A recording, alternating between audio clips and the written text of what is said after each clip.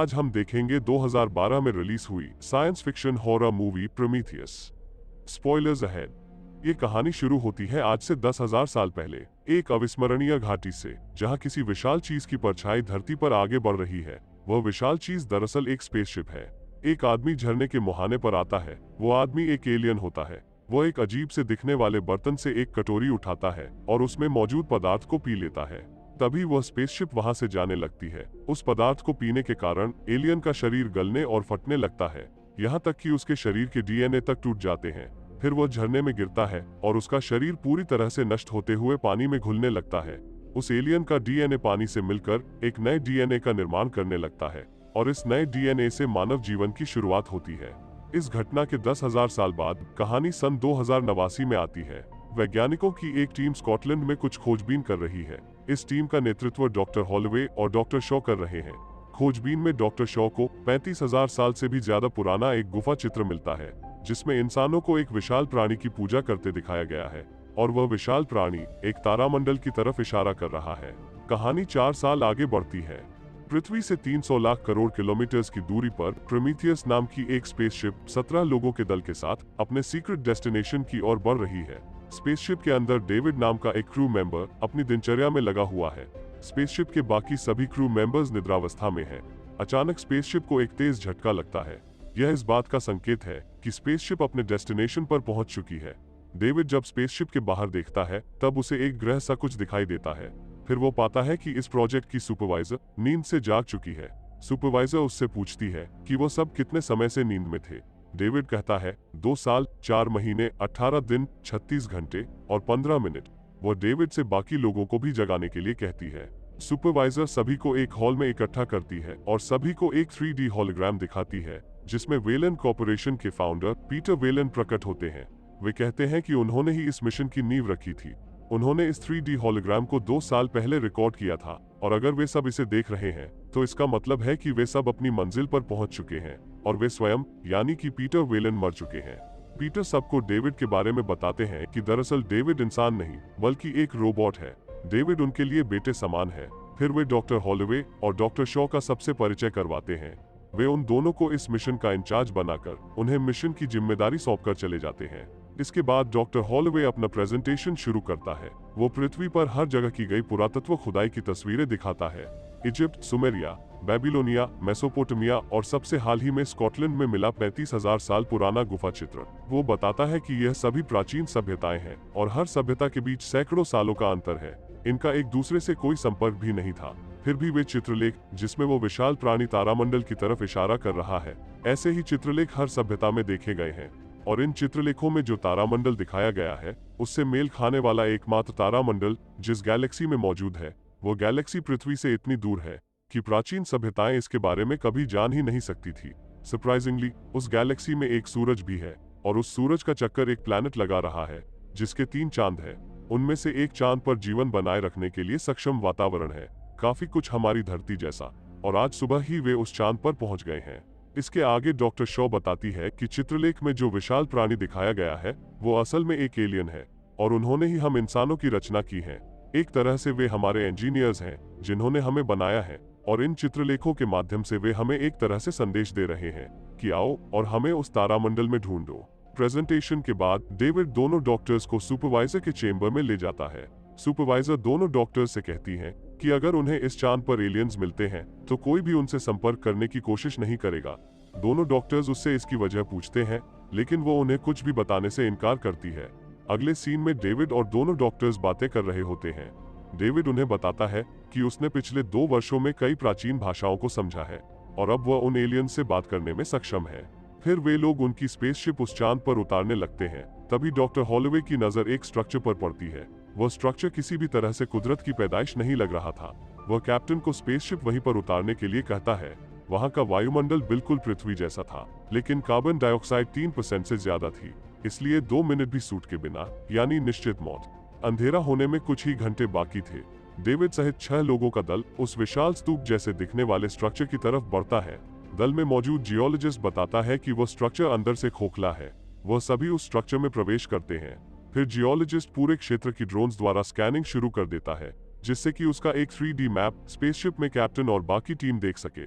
Doctor Holloway बताता है कि यहाँ बाहर की तुलना में कार्बन डाइऑक्साइड की मात्रा बहुत कम है। वो कहता है कि यहाँ ऐसा कुछ है जो हवा को साफ कर रहा है। फिर वो अपना हेलमेट उतार देता है, लेकिन उसे कुछ भी नहीं होता। वह जीवित था। बाकी सब भी अपना हेलमेट उतार देते हैं।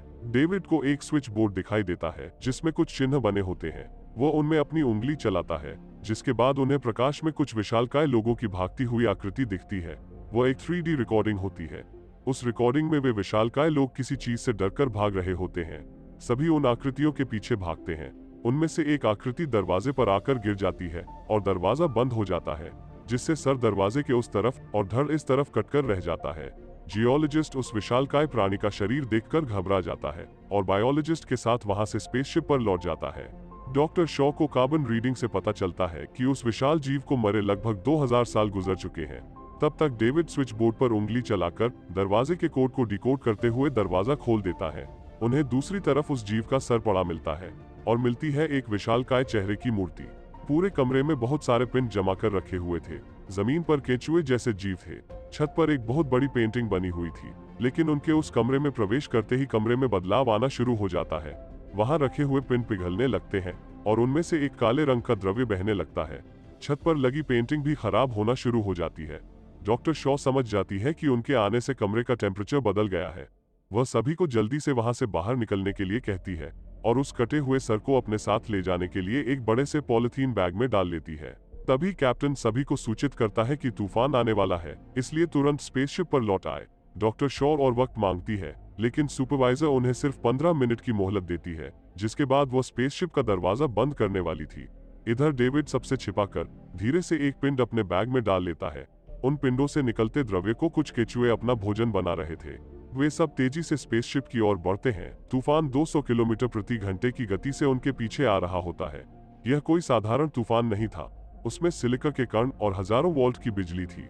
वे लोग स्पेसशिप पर बस पहुंच ही पाते हैं कि तभी उनके वाहन से एलियन का सर उछलकर गिर जाता है। उस सर को उठाने के चक्कर में डॉक्टर शॉ तूफान में उड़ जाती है। डॉक्टर हॉलोवे डॉक्टर शॉ को बचाने की नाकाम कोशिश करता है। तभी डेविड आकर उन दोनों को बचा लेता है। स्पेसशिप पर उन्हें पता चलता है कि बायोलॉजिस्ट और जियोलॉजिस्ट तो स्पेसशिप पर लौटे ही नहीं, असल में वो दोनों उस गुफानुमा स्ट्रक्चर में रास्ता भटक गए थे। कैप्टन उन दोनों को मैसेज करता है कि तूफान के कारण उन दोनों को रात उसी स्ट्रक्चर में गुजारनी होगी। उधर स्ट्रक्चर के अंदर उन दोनों को एलियंस की लाशों का ढेर मिलता है। ये लाशें 2000 साल पुरानी थी। इधर स्पेसशिप पर डॉक्टर्स एलियन के सर का एनालिसिस करते हैं, जिसमें उन्हें पता चलता है कि जिसे वे उस एलियन का सर समझ रहे थे वह तो बस हेलमेट है। उस एलियन का सर तो उस हेलमेट के अंदर होता है। उसके सर की और जांच करने पर पता चलता है कि वह किसी वायरस से इन्फेक्टेड है। उस वायरस के बारे में और जानने के लिए वे उस वायरस को सक्रिय करते हैं। इसके आगे वे और कुछ जान पाते। इन्फेक्शन के कारण वो सर एक जोरदार हरकत से फट पड़ता है। एलियन के डीएनए की जांच करने के बाद पता चलता है कि एलियन का डीएनए इंसानों के डीएनए से हूबहू मैच करता है, जिससे ये साफ हो जाता है कि ये एलियंस ही हमारे पूर्वज हैं। यही वे एलियन इंजीनियर्स हैं जिन्हें ढूंढने वे यहाँ आए हैं। उधर डेविड अपने साथ लाए हुए पिन को खोलकर उसमें से थोड़ा सा सैंपल निकाल लेता है। फिर वो उस सैंपल को डॉक्टर हॉलोवे के ड्रिंक में मिला देता है। इस बात से अनजान डॉक्टर हॉलोवे वो ड्रिंक पी जाता है। इसके बाद डॉक्टर हॉलोवे डॉक्टर शॉ से मिलने जाता है। डॉक्टर शॉ उसे बताती है कि इंसान इन एलियन इंजीनियर्स के ही बच्चे हैं। बच्चों का जिक्र आने के कारण डॉक्टर शॉ रोने लगती है, क्योंकि एक मेडिकल कंडीशन के कारण वो कभी मां नहीं बन सकती थी। डॉक्टर हॉलोवे उसे मनाने की कोशिश करता है और फिर दोनों में शारीरिक संबंध बनते हैं। उधर बायोलॉजिस्ट और जियोलॉजिस्ट घूम फिरकर उसी कमरे में आ जाते हैं जहां वे पिंड रखे हुए थे। उन पिंडों से बहता काला द्रव्य पूरे कमरे में फैल चुका था। अचानक उन्हें उस द्रव्य में सांप जैसे दो जीव नजर आते हैं। दरअसल ये जीव कुछ और नहीं वही केंचुए थे जो उस काले द्रव्य के संपर्क में आकर इन जीवों में बदल गए थे। बायोलॉजिस्ट एक केंचुए के करीब जाकर उसे पुचकार रहा होता है कि तभी वो केंचुआ उस पर हमला कर उसका हाथ तोड़ देता है। जियोलॉजिस्ट केंचुए को काटता है, लेकिन उसके एसिड जैसे खून से वो बुरी तरह जल जाता है और वो केंचुआ जहां से कटा था वहीं से दोबारा उगते हुए बायोलॉजिस्ट के सूट के अंदर घुस जाता है। उस केंचुए के कारण उन दोनों की बहुत ही दर्दनाक मौत हो जाती है। स्पेसशिप में डॉक्टर हॉलोवे की तबीयत बिगड़ने लगी थी। उसे अपनी आंख के अंदर एक छोटा जंतु दिखाई देता है। तूफान थम चुका था। बायोलॉजिस्ट और जियोलॉजिस्ट स्पेसशिप से भेजे गए किसी भी मैसेज का रिप्लाई नहीं दे रहे थे, इसलिए कैप्टन अपने दल के साथ रात में ही उन दोनों को लाने निकल पड़ता है। वे लोग उस स्ट्रक्चर में पहुंचकर उन दोनों की खोज शुरू करते हैं। दूसरी ओर डेविड अकेले ही स्ट्रक्चर के दूसरे छोर पर चला जाता है। वहां उसे एक गुप्त कमरा मिलता है उस कमरे में चारों तरफ हजारों पिन सलीके से जमा कर रखे हुए थे। सुपरवाइजर यह सब डेविड के सूट में लगे कैमरा के माध्यम से देख रही होती है। फिर डेविड को एक दूसरा कमरा नजर आता है। उस कमरे में प्रवेश करते ही डेविड अपना कैमरा बंद कर देता है। वह कमरा उन इंजीनियर्स का स्लीपिंग चेम्बर था। दूसरी तरफ कैप्टन और उसकी टीम को बायोलॉजिस्ट की लाश मिलती है। जियोलॉजिस्ट उन्हें कहीं दिखाई नहीं देता। तभी डॉक्टर हॉलोवे की तबीयत और बिगड़ जाती है। वे सब तुरंत ही वहां से स्पेसशिप की तरफ निकल जाते हैं। उधर डेविड इंजीनियर्स के स्लीपिंग चेम्बर में वहां मौजूद कंट्रोल पैनल के कुछ बटन्स दबाता है, जिससे एक 3D रिकॉर्डिंग शुरू हो जाती है। वह रिकॉर्डिंग देखकर डेविड समझ जाता है कि इंजीनियर्स पृथ्वी पर जाने वाले थे। तभी वो रिकॉर्डिंग एकदम से बंद हो जाती है और डेविड को पता चलता है कि उनमें से एक इंजीनियर अभी भी जिंदा है और वह लंबी और गहरी नींद में है। स्पेसशिप तक पहुंचते पहुंचते डॉक्टर हॉलोवे का रूप बदलने लगता है। इन्फेक्शन के फैलने के डर से सुपरवाइजर उसे स्पेसशिप में आने से रोकती है। डॉक्टर हॉलोवे को भी अब तक समझ में आ चुका था कि वो परजीवी संक्रमण का शिकार हो चुका है और सबके लिए खतरा बन चुका है। इसलिए वो खुद ही सुपरवाइजर की तरफ चिल्लाते हुए बढ़ता है कि उसे मार दिया जाए। डॉक्टर हॉलोवे को खुद की तरफ बढ़ता देखकर सुपरवाइजर उसे जलाकर वहीं मार देती है। डॉक्टर हॉलोवे को जलता देखकर डॉक्टर शॉ बहुत ज्यादा उत्तेजित हो जाती है। कैप्टन उसे पकड़ता है और फोर्ड उसे बेहोशी का इंजेक्शन लगा देती है। डॉक्टर शॉ को जब होश आता है तब डेविड उसे बताता है कि वो प्रेग्नेंट है, वो भी 3 महीने के गर्भ से। यह सुनते ही डॉक्टर शॉ सदमे में आ जाती है, क्योंकि डॉक्टर हॉलोवे से उसके शारीरिक संबंध मात्र 10 घंटे पहले बने थे, जबकि 3 महीने पहले तो वह स्लीपिंग चेम्बर में लंबी गहरी निद्रा में थी। और सबसे बड़ी बात तो ये है कि वो कभी भी मां नहीं बन सकती थी। डेविड उसे बताता है कि यह कोई आम गर्भ नहीं है। डॉक्टर शॉ उससे मिन्नत करती है कि वो उस गर्भ को उसके पेट से बाहर निकालने में मदद करे। डेविड यह कहते हुए साफ इनकार कर देता है कि उनके पास इस तरह का ऑपरेशन करने के लिए कोई डॉक्टर नहीं है। फिर डेविड उसे बेहोशी का इंजेक्शन देकर सुला देता है। फोर्ड जब डॉक्टर शॉ को स्लीपिंग चेम्बर में ले जाने के लिए आती है तब वो वहां से भाग जाती है। वह सुपरवाइजर के चेम्बर में रखे मेडपॉड द्वारा अपना ऑपरेशन करती है और उस परजीवी को बाहर निकालकर उसे निष्क्रिय कर देती है। उधर कैप्टन को सिग्नल मिलता है कि जियोलॉजिस्ट उनके स्पेसशिप के बाहर खड़ा हुआ है। जब क्रू के लोग उसे देखने बाहर जाते हैं तब बुरी तरह से इन्फेक्टेड जियोलॉजिस्ट उन पर हमला बोल देता है और कई क्रू मेंबर्स को मार देता है। कैप्टन किसी तरह उससे मुकाबला कर उसे मौत के घाट उतारता है। उधर भागते भागते शॉ स्पेसशिप के उस हिस्से में पहुंच जाती है जहां पीटर वेलन को निद्रावस्था में रखा हुआ था। उन्हें हाल ही में नींद से उठाया गया था ताकि वो उस इंजीनियर से मिल सके जिसे डेविड जिंदा सोता हुआ देखकर आया था। दरअसल पीटर वेलन ने इस मिशन पर इसीलिए पैसे लगाए थे ताकि वो अपने निर्माता यानी इंजीनियर से मिलकर उनसे अमर बनने का तरीका पूछ सके। डॉक्टर शॉ भी उस इंजीनियर से मिलने के लिए तैयार होती है। तभी कैप्टन आकर उसे बताता है कि यह प्लैनेट कोई इंजीनियर्स का घर नहीं है, यह तो शायद उनका मिलिट्री बेस है जहां पर वे लोग हथियार बनाते थे। वो काला द्रव्य भी उनके द्वारा बनाया हुआ कोई जैविक हथियार ही होगा जो किसी तरह उनके काबू से बाहर हो गया और यहाँ मौजूद इंजीनियर्स के पतन का कारण बना।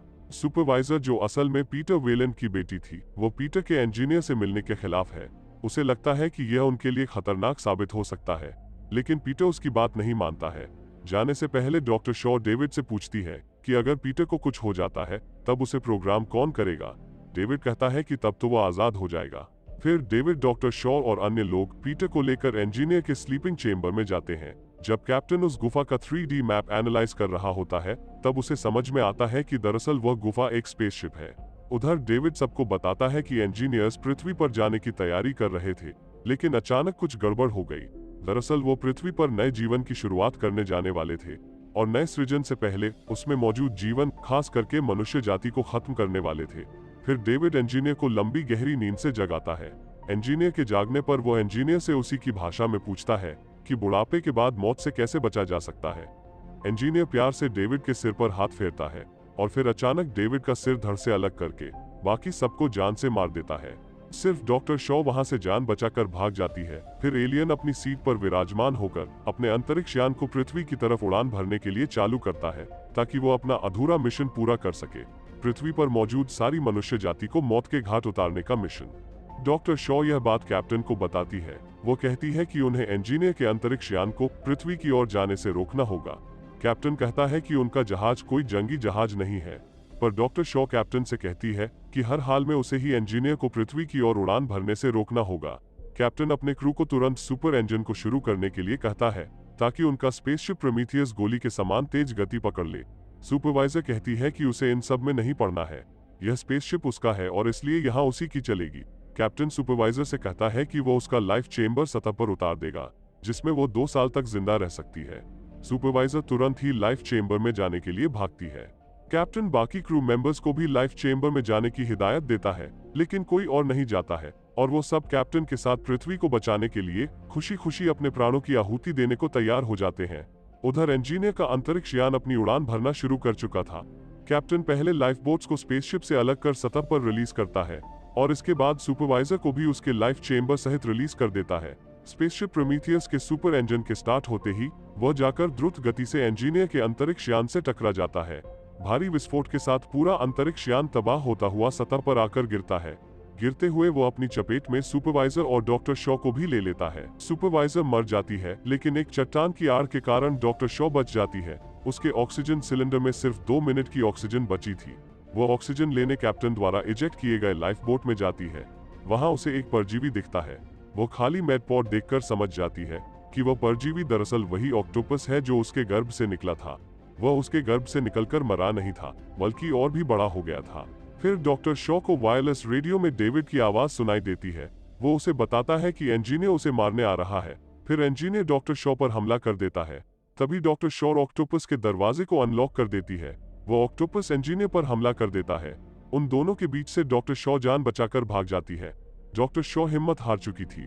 वो डॉक्टर हॉलोवे को याद करके रोने लगती है। तभी डेविड की आवाज फिर से वायरलेस रेडियो पर आती है। डेविड डॉक्टर शॉ से मदद मांगता है। डॉक्टर शॉ पूछती है कि भला वो उसकी मदद क्यों करे। तब डेविड उसे बताता है कि यहाँ पर और भी बहुत सारे एलियन स्पेसशिप हैं और उसे उड़ाना सिर्फ वह जानता है। डॉक्टर शॉ डेविड की मदद को पहुंचती है। डेविड बताता है कि एक बार वो नए एलियन स्पेसशिप पर पहुंच जाए तो फिर पृथ्वी पर लौटने का रास्ता बिल्कुल सरल हो जाएगा। डॉक्टर शॉ कहती है कि वो वापस पृथ्वी पर नहीं लौटना चाहती, बल्कि वो वहां जाना चाहती है जहां से इंजीनियर्स आए थे। डेविड इसका कारण पूछता है। डॉक्टर शॉ कहती है कि पहले इंजीनियर्स ने उन्हें बनाया, फिर मारने की कोशिश की। आखिर उन्होंने ऐसा क्यों किया, वह इसकी वजह जानना चाहती है। डॉक्टर शॉ पृथ्वी पर अपना मैसेज भेजती है कि प्रोमीथियस स्पेसशिप और उसका सारा क्रू खत्म हो चुका है और जो भी पृथ्वी में इस मैसेज को सुन रहा है वो यहाँ इस चांद पर आने की कोशिश कभी भी ना करे, क्योंकि यहाँ अब सिर्फ मौत है।